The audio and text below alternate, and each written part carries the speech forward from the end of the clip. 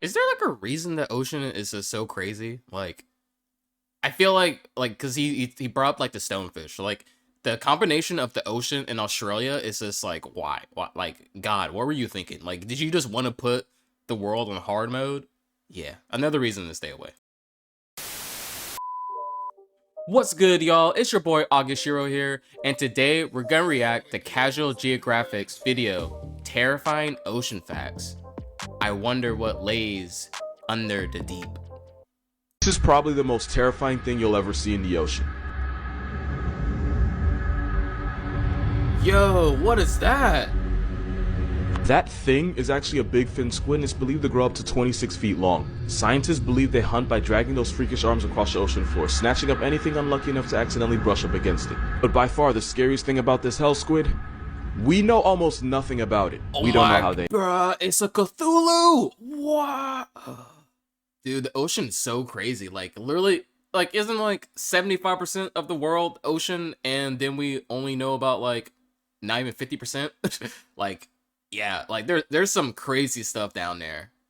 They mate, how they live. All we know for sure is that you can find them at the very bottom of the ocean at depths of up to 15,000 feet, which is more than half the height of Mount Everest. Here's the part that personally freaks me out. Every big fin ever caught was a juvenile, and since no adults have Wait. So, like, are we guessing it's over 20 feet? Or, like, wait. I have to, wait, hold up. ever been captured, it's possible they can be even bigger than we thought. Oh my god.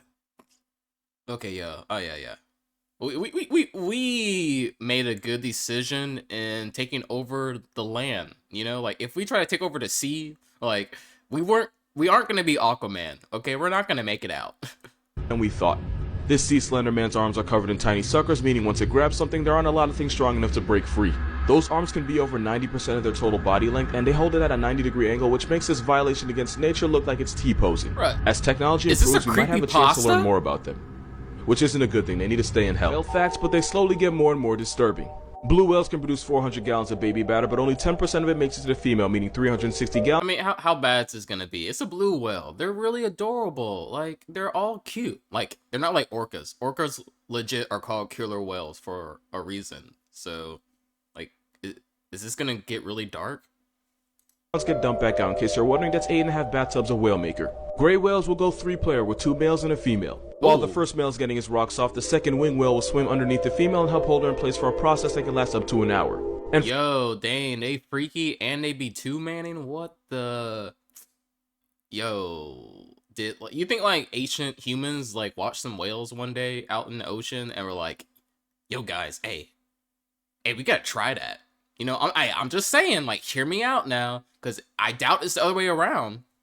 Friendly reminder, almost every sea monster story ever told was really about a whale's penis, and I will never let y'all forget it. Sperm whales are so loud that their sound can vibrate you to death by either causing your lungs to collapse or an air bubble to form in your brain, which would instantly take you off the senses. Oh my. Blue whales are big, but not a lot of people understand how big. You can hear a blue whale's heartbeat from a little more than 2 miles away. They can swallow almost 500,000 calories at once. Allegedly, a whale's fart bubble can enclose a full-grown horse. And because I am who I am, I have to tell you that the largest blue whale penis was about 16 feet long and weighed anywhere from 700 to 900 pounds. Bro, what? A 1,000-pound penis? What? Wait, can I say that? I don't think I can say that, but wow. Blue whales don't spray water out of their blowholes the way you see in movies. It's actually warm air being forced out of the lungs. It's basically its breath. It's one of the most unholy smells that can ever assault your nose. Like burning rubber in a fish cemetery. Because of that video, there's now people that believe the ocean is salty because of whale sperm. And I'm not gonna lie, I wish it were true because of the look on people's faces when I tell them this is free therapy, but it isn't. Most of the ocean's salt comes from rocks on land because when acidic rain hits the rocks, it erodes them and causes them to release salt. The salt gets carried out in streams and rivers where it eventually reaches the ocean. The reason the ocean is so salty is because this has been happening for millions on billions of years. Some of the salt also comes from hydrothermal vents at the bottom of the ocean, but most of the time when you taste seawater, the salt came from a rock, not a whale that already has. So yeah, you don't have to worry about salty seawater. Besides, you should probably be more concerned with the fact that your perfume used to be made from whale vomit. The more you know. Fish you should be most afraid. You know, that reminded me of like a SpongeBob episode, because I feel like they like told us about that, but like we were kids, so it went right over our head, but I'm pretty sure they made like a joke about whales and perfume.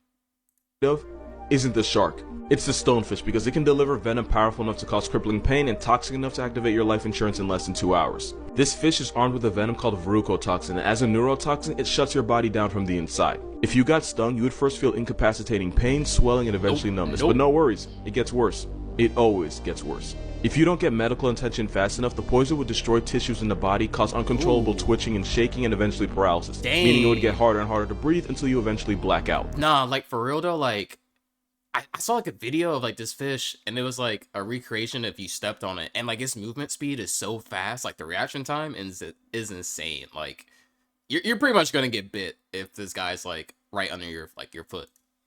Victims describe the pain as getting continuously hit with a sledgehammer all over the body, and even if you survive, you could still walk away with permanent nerve damage and muscle atrophy. But there's two big reasons why this Satan guppy might be the most dangerous fish on Earth. One is this picture. Because the stonefish looks like a stone, it's so easy to accidentally step on one, and when you do, those spines would get shoved up your foot, and the harder you step, the more poison gets pumped into you. And number two, they can survive outside of water for up to 24 hours, meaning they don't have to be underwater to put you underground. Because Australia is the only place where mistaking a fish for a stone can get you to death penalty. You should never pick this shell up because it's actually one of the most venomous things on the planet.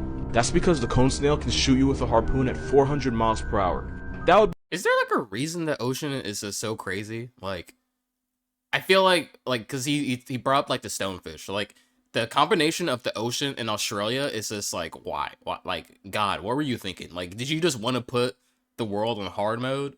Yeah, another reason to stay away. It'd be like getting struck by 14 Usain Bolts, because ironically this snail is one of the fastest animals on the planet, being able to hit you almost as fast as you can blink. That's not the only thing fast about them, because this murder slug was nicknamed cigarette snail because according to urban legend, if you got hit by one, you had enough time for a puff puff pass before you puff puff pass away. If you got stung, you would immediately feel extreme pain, swelling, numbness, and vomiting. But don't worry, it gets worse. It would escalate to muscle paralysis, double vision, and difficulty breathing. And once you get to that point, you can go ahead and start printing out shirts because you finna be on one. And even though the cigarette thing was an exaggeration, it could take only 5 to 8 hours for them to connect you to God's Wi-Fi. Now the problem with these snails is that they use venom to paralyze unlucky prey, and they'll even put them to sleep with a toxin that's 1,000 times more powerful than morphine, which works on fish and stupid people that pick them up. But they don't just use one though, like Tyson, they be on them combos. They can have 50 different toxins not the in their one, venom, two which punch. is why there is no antidote. The only cure is to try not to die and become a Snapchat member. Your child can visit steamy jungles, grass. Bruh, he really said your only main way to survive is not to die. It's like, what? It's like, yeah, good luck, you know. It's like Hunger Games. May the odds so ever be in your favor. Plains and the dark depths of the ocean. I should probably explain what the hell this is. That was an angel shark, and that's the worst Call of Duty player you'll ever meet. The angel shark will lie motionless for days waiting for anything bite-sized to accidentally pass above its head so it can take its life. Sounds like a cheat code, but there's no referee in the ocean, so this camel shark stab pads kills like no other. But you don't have to worry about them snatching up your leg because they're only interested in fish, crustaceans, and mollusks like squid. That being said, angel sharks are a lot like electrical power sockets. They're only dangerous if you're stupid enough to poke them. Now you would think that's common sense, but because these sharks stay perfectly still, scuba divers think it's a good idea to touch them, and that makes these sharks go from mannequin challenge to homicide. Luckily attacks are rare, and as long as you're not an idiot, this sea carpet won't fade you. Good thing too, because there's a shark in this picture and he may not be an angel, but he'll turn you into one. Reasons why this is your new favorite. I was gonna go back, like I saw the shark, like it was obvious like the shark was in the picture, but yeah, if you're definitely like underwater and you're just like chilling, you would not see that coming. Especially like underwater is so dark. Like you think just because of what we see whenever we go like scuba diving or something, like that's all it is, but no, like the further you go down, especially like if you're like deep sea scuba diving, like not even a light can save you. It is that dark. Favorite fish. Even though they can be up to 23 feet over 3,000 pounds, they're 100% perfectly harmless to people because they only ever eat plankton and small shrimp. Unlike stingrays, they're not venomous. This giant placemat couldn't hurt you if it wanted to. They're smart enough to understand mirrors because manta rays were seen waving and blowing bubbles at their own reflection, something they wouldn't do if they thought it was another manta ray. Manta rays will launch themselves out of the ocean, and they do it to get rid of parasites or to avoid predators, but sometimes it seems like they do it just for fun. They have the largest... Hey, that's so based. I mean, hey, I'd be the same way. Like, if I could just, like, torpedo speed out of the water, that sounds like a good time. Brain of any fish, making them arguably the smartest things in the ocean that don't also belong on a list with Cosby. That isn't a TV guide. Baby manta rays are called pups, and a mother will give birth to 1 or 2 pups every year. They're normally black, a dark brown, or a grayish-blue, but there are pink manta rays out there, and no, this is not edited. This pink manta ray was found off the coast of Australia on the Great Barrier Reef, proving that that country is both a national treasure and Satan's jungle gym. They're smart enough to form strong emotional bonds with each other, and they're smart enough to ask for help. One repeatedly approached the diver until he realized that she had a fish hook stuck under her eye, and she waited patiently as he removed it. Once he removed Oh, that's such a feel-good story. I really love whenever animals like have like touching like stories with like humans, because people like to think like, oh, it's just the animal. Like, what can it do? It's like, nah, like a lot of animals are just super smart. We just happen to evolve to the point that we're like way smarter, but like they still have common sense. Like, it, she swam off. What would happen if you took one of the meanest animals in the ocean and gave it legs? Well, two things. One, you'd have one of the most violently aggressive animals on Earth walking on land, and two, I know this because it technically happened and they exist. It's a known fact that the biggest menace to society in the ocean are dolphins of any kind. Yep. Dolphins. Dolphins literally will like bully sharks, and like they will actually like get blow. No, they will get like puffelfish or something, and they will like smoke it as if like they get high. So, also, yeah, dolphins in general will just bully female dolphins. I'm not gonna go into details as to what they do about that because I'm not trying to get demonetized, but yeah. Dolphins are a lot less friendly than you think. They jump sharks for no reason, slapbox their babies, and they have a rap sheet longer than Drake's. And the worst dolphin of all actively tortures other animals for sport. Dolphins and whales are part of a group called cetaceans, which basically happened because this guy decided he wanted to test his luck out in the ocean and evolved to become semi-aquatic and then fully aquatic. But funny story, there was a group of these land animals that actually stayed on land, and about 54 million years ago they split up, with the animals that would become whales and dolphins heading out to sea. The ones that didn't follow them out into the ocean stayed on land, and after millions of years of plot development, they went on to become one of the most vicious animals in the world. In case I haven't made it obvious, I'm talking about hippos. The African homicide. Okay, that's actually something I did not know. What? Like, so what's worse? Like the hippo is so base. It's like literally the most dangerous animal in Africa.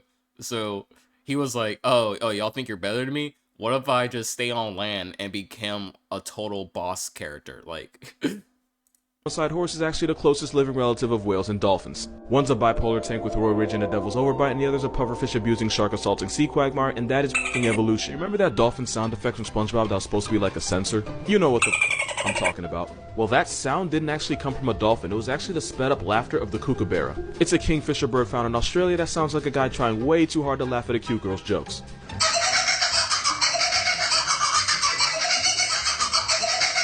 You may not be able to hear it, but when you double the playback speed, you can hear the sound that cartoons made you swear was a dolphin. Moral of this video, every dolphin sound effect you've ever heard on every TV show is really just an Australian crack tweetie.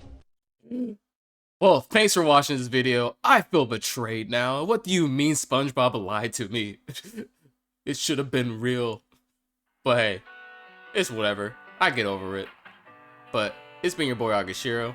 Hope you have a good day. Thanks for watching this video with me, and I see you all around next time. Peace!